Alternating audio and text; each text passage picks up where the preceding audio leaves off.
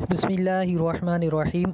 सवाल हुआ कि आज़ान का जवाब देना वाजिब है या नहीं है। तो फ़ुक़हा अहनाफ़ के इस हवाले से दो अक़वाल हैं।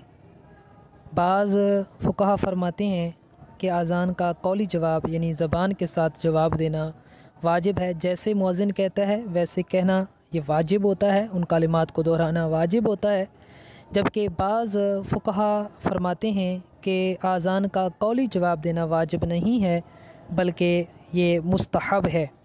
और अगर दलाइल का जायज़ा लिया जाए तो जो ये कहते हैं कि आज़ान का कौली जवाब वाजिब नहीं है बल्कि मुस्तहब है, उनके कौल कवी नज़र आते हैं। तो लिहाजा राजिह और कवी मज़हब कौल यही है कि आज़ान का कौली जवाब देना वाजिब नहीं है।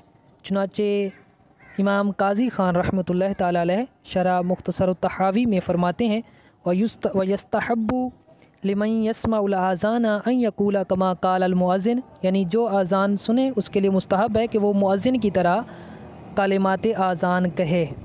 इसी तरह जदुल मुमतार के अंदर आला हज़रत रहमतुल्लाह ताला अलैह ने फ़रमाया है, उसका ख़ुलासा ये है कि अबू दाऊद शरीफ की एक हदीस मुबारका है कि एक मरतबा नबी करीम सल्लल्लाहु अलैहि वसल्लम ने शहादतैन के जवाब में कलिमा आना इरशाद फरमाया, जो इस बात पर दलालत करता है कि हुज़ूर नबी करीम सल्लल्लाहु अलैहि वसल्लम ने मुअज़्ज़िन के कलिमात की तरह इरशाद नहीं फरमाया।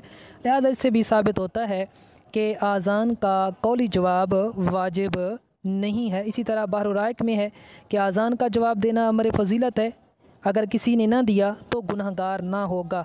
तो अल मुख्तसर आज़ान का कौली जवाब देना मुस्तहब है और अजर व सवाब का बाइस है। वल्लाहु अअलम व रसूलुहु अअलम अज़्ज़ा व जल व सल्लल्लाहु